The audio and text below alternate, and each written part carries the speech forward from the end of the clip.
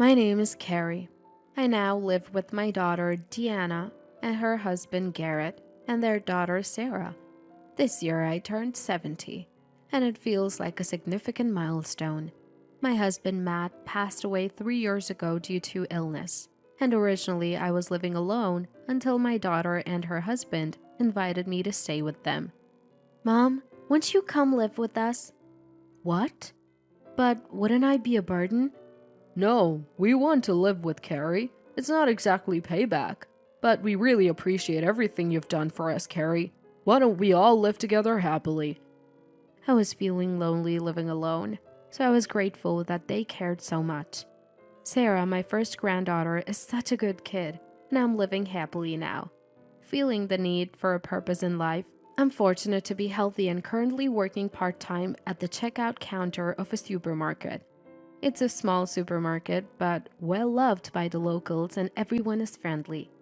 Even the young part-timers look up to me, and I have no complaints. However, there is one thing that bothers me.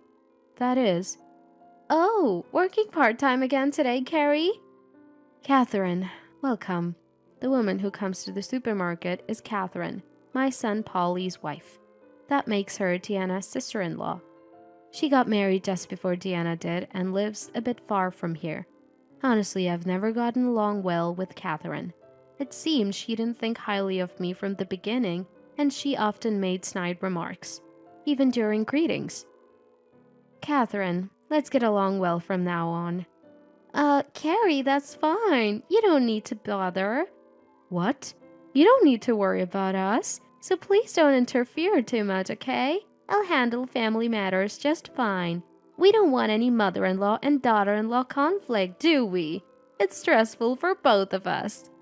She put up a wall from the beginning and we were shocked.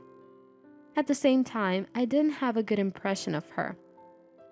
Matt didn't think highly of Catherine either, but Polly seemed quite smitten with her. I'm definitely going to marry Catherine, he used to say. Polly was a troublemaker since he was young, and we often struggled to handle him. He had behavioral issues at school, and we were frequently called in. Matt initially wanted to discuss it at home, but eventually he gave up. Polly finally got a job and started working, and just when we thought we could relax, he brought Catherine to introduce her to us. Catherine was a strikingly beautiful woman with a flamboyant appearance. On the day of the greeting, I cooked a big meal, but Catherine didn't seem to like it. I'm not really into greasy food. It seems like some old-fashioned country cooking, she said, hardly eating.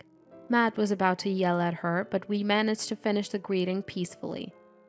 We tried to convince them a few times, but they ended up getting married and now live a bit far from here.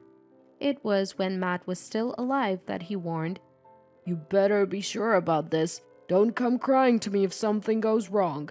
But Polly was full of unfounded confidence, saying, "It'll be absolutely fine." We only saw each other at Christmas gatherings, but ever since I started my part-time job, I happened to run into Catherine at my workplace. That encounter is unforgettable because of how shocking it was. Oh, isn't that Carrie? Catherine, why are you here? Why? Isn't that rude to say to a customer? Sorry, I was just surprised. And here you are at 70, working as a part-timer. Are you struggling for money? Or have you run out of money to give to your sisters? Catherine, with her condescending attitude, continued to make snide remarks, taking advantage of the fact that it wasn't busy. Apparently, though they lived a distance away, she just happened to be shopping nearby, and we happened to meet. No, I started part-time work because I thought it would be fulfilling. Everyone at work is nice and I'm content. Catherine seemed surprised for a moment at my words, but then burst out laughing. Carrie, don't push yourself. You don't have much time left anyway. I was just stunned by her words, suggesting a person's lifespan is so carelessly. As the line at the register started to grow, Catherine left. Carrie, are you okay? Yes, sorry about that. She's my son's wife. I didn't mean to cause trouble. No way. That attitude is unbelievable. No respect for a mother-in-law at all. The part-timer who overheard was visibly upset. I was touched that someone cared about me and thanked her for her concern. Let me know if she comes back. Yes, thank you. I thought it was just a coincidence. They live far away, so I didn't expect to see her for a while. But reality proved harsh. Catherine started coming to my workplace about 3 times a week, deliberately seeking me out to make unpleasant remarks. She even spoke disdainfully about Deanna and Garrett, and as if that wasn't bad enough, she even demanded discounts on the store's products. Oh, Carrie, this deli container's lid is open. Isn't that unhygienic? I'll buy it, so give me a discount. I can't do that. Sorry. Please buy something else. We'll dispose of that one. What? I'm offering to buy it for you.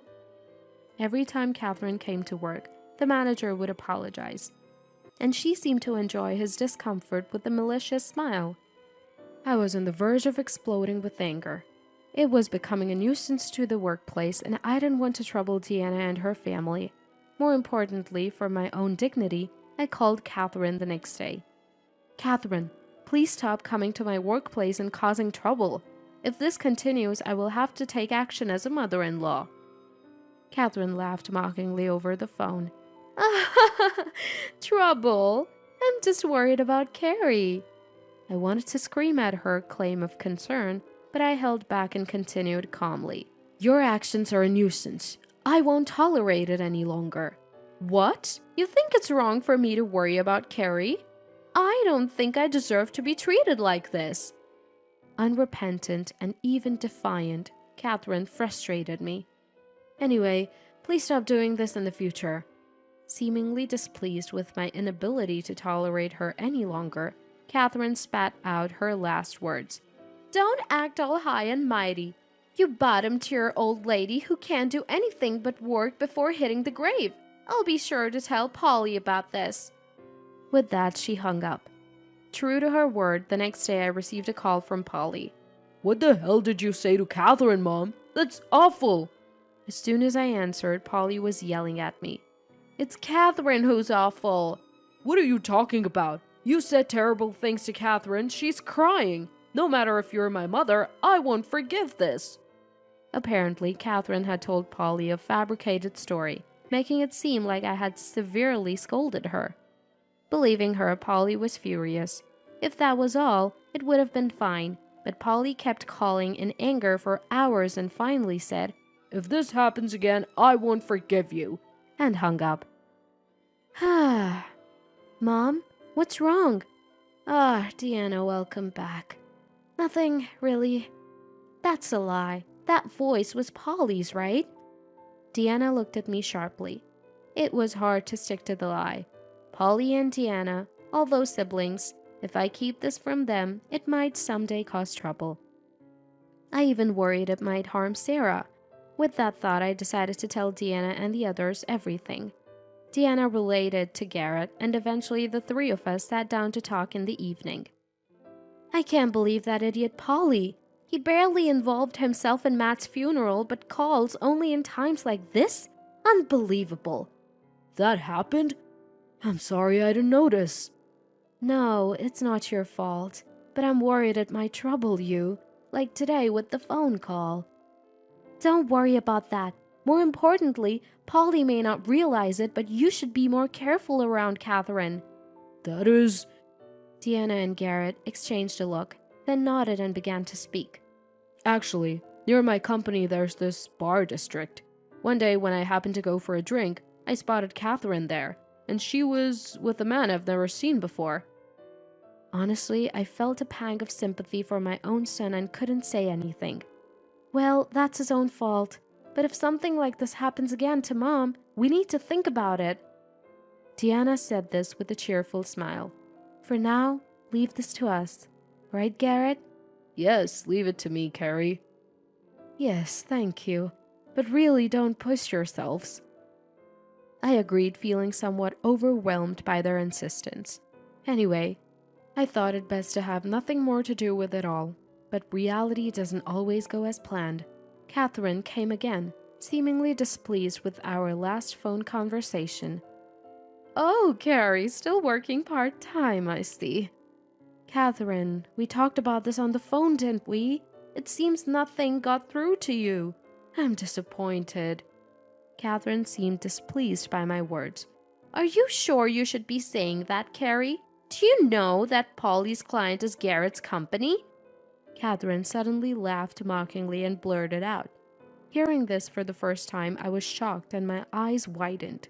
Seeming pleased with my reaction, Catherine cheerfully laughed and whispered to me, Come to the cafe by the river called Lark later today, if you don't want Garrett's company to go under. Okay? Catherine's smile looked devilish. I could only nod and said, Understood. And she left the shop contentedly, still smiling. After my part-time shift, I headed to the designated cafe. Catherine was already there and beckoned me over. You came as I expected, Carrie. Her sinister smile sent a chill down my spine. The cafe was quiet, seemingly unnoticed by others. Inside, the two of us sat in the tense silence. What do you want? I was hurt by what happened before, so I want you to take responsibility. Catherine continued with a smile. Besides, Polly is an executive in his company, involved in big deals. His company and Garrett are about to have a major business deal. But what if that deal falls through because of you, Carrie? Wouldn't Garrett lose his job? You! If you care about your beloved Garrett and Deanna, promise to pay me $300,000 right now. $300,000? It's a big amount, but you said a lot to me, right? It's only fair. If you don't agree. Catherine raised her hand. A menacing man emerged from the back of the cafe and stood in front of the table. This man, a friend of mine, works in a, let's say, shady world. So if you don't pay, I won't be responsible for what happens to Deanna or Sarah, okay? I was speechless at her shocking words. Realizing I had married my son to such a terrible woman was overwhelming. I glared at her and managed to say, Understood. I appreciate your understanding. And you know what will happen if you tell Deanna or Garrett about this, right? Yes. Then I look forward to your cooperation, Carrie. I left the cafe feeling like I was being chased out. Returning home, the house was still and quiet. More than anything, I was shocked at the ugliness of the person Polly had married. Sighing, I sat in front of my husband's picture. Dad, I'll do my best. I will protect what you left me in my own way. Declaring this, I steeled myself. I was determined not to let Catherine have her way. Remember this. I'll make you regret everything you've done. First, I set a date to transfer the money to Catherine. Having agreed to pay and knowing she expected it, I calmly set a time frame to prevent any harm to Deanna or Sarah. Explaining the difficulty of the amount for a part-timer like me, I promised to pay within a month, and surprisingly, Catherine agreed cheerfully. Understood. So within a month, then? Yes, I'll make sure to pay. That's because there was a reason. I set it for a month. Within a month, a relative's funeral was scheduled. I wanted to resolve things there, so I arranged it without causing any issues. Today is the day of the funeral, where many relatives will gather, including Polly and his wife. I decided to settle things there. Oh, Sarah has grown so much. It's been a while, everyone. Our family relatives are relatively close-knit. Just before the funeral started, Polly and his wife arrived. Wow, this atmosphere brings back memories. Ugh, this country vibe is too much. Can't wait to leave. Despite the occasion, their usual attitudes were unchanged. As one of the uncles was about to say something, Catherine approached me first. Hello, Carrie. Her face clearly showed anger, probably about the money not being transferred yet. Hello, Catherine. After exchanging greetings, the funeral started, so Catherine couldn't say more and took her seat. But her expression seemed to say, You'll remember this. After the funeral ended, the meal started. The topics were nostalgic memories of the deceased relative, current updates, and talks about my husband, Matt. He used to go drinking with Matt a lot. Really, time flies. But it's important to have something like that necklace to remember them by, isn't it? Indeed. I touched the necklace as I spoke. The small pearl necklace was a gift from Matt. Lost in these fond memories, Catherine suddenly raised her voice. But is it a tactless to wear such a thing here? The relatives in the room started murmuring. Besides, that's a fake, right? No such tarnished pearls exist. Well, fake pearls suit a poor person like Carrie, right? How dare you! Wait, Deanna, calm down. But... Catherine's cheeks were flushed, probably from drinking. Seemingly emboldened by alcohol, she blurted out these words. Honestly, it was different from what I expected, but she was self-destructing, so I silently vowed to make her pay dearly. Before I could respond, the relative spoke up. What is she talking about? Carrie poor? Don't make such jokes. How could you say such a thing? It's just your lack of judgment. The relatives, angered by Catherine's comments, spoke back, and she seemed surprised. I stood up and faced her. I don't know why you think this pearl is fake, but it's from Matt's jewelry store. It's definitely not fake. Tiffany, ever heard of it? What? Tiffany? As in the famous jewelers? You married him without knowing his father-in-law's company. Carrie used to be the assistant manager of that store. But she's working part-time. That's what I said before. Mom is working part-time just for fulfillment. We don't need her money, but she insists on paying us living expenses every month. Besides, she's retired now, but there's an inheritance and savings left by Matt. We're far from poor. Catherine looked dumbfounded. Polly hurried to her side, trying to defend her. Wait, don't blame her. Polly, look at reality. She's awful. Shut up, little sister. What do you know? Catherine glared at us. I came here to settle this thoroughly, so I began. You won't get away with this. Who won't? Your wife running a scam? And if it gets out she has a boyfriend, you'd be the one who couldn't bear it. What? How do you know that? About that, let me explain. Here's the proof. Garrett showed documents revealing various truths. Photos included the cafe I visited, the man Catherine was with, and Catherine walking closely with the man who wasn't Polly. What's this about? Yes, Catherine had been involved in scamming people with bad friends from her student days. That was the full story behind her treatment of me, and Polly was partly to blame too. Polly, while our companies do business, I've never heard your name mentioned. But you've been telling Catherine you're an executive, but you hold no such position, right? What? You've been lying to me? Hearing Garrett's explanation, Catherine started screaming. Sighing, I retrieved an attached case from the reception, opening it in front of them. It contained $300,000 in cash. Here's the $300,000 you unfairly demanded from me, Catherine. Emphasizing unfairly, she glared at me, her face turning red. I had recorded everything from the day she took me to the cafe. I never intended to treat my son and wife this way, but I thought it was best for them to learn a hard lesson. However, the condition is that you never appear before us again. You've caused enough trouble, and when I die, you won't get a penny of my inheritance. Wait, Mom, I'll leave Catherine. What?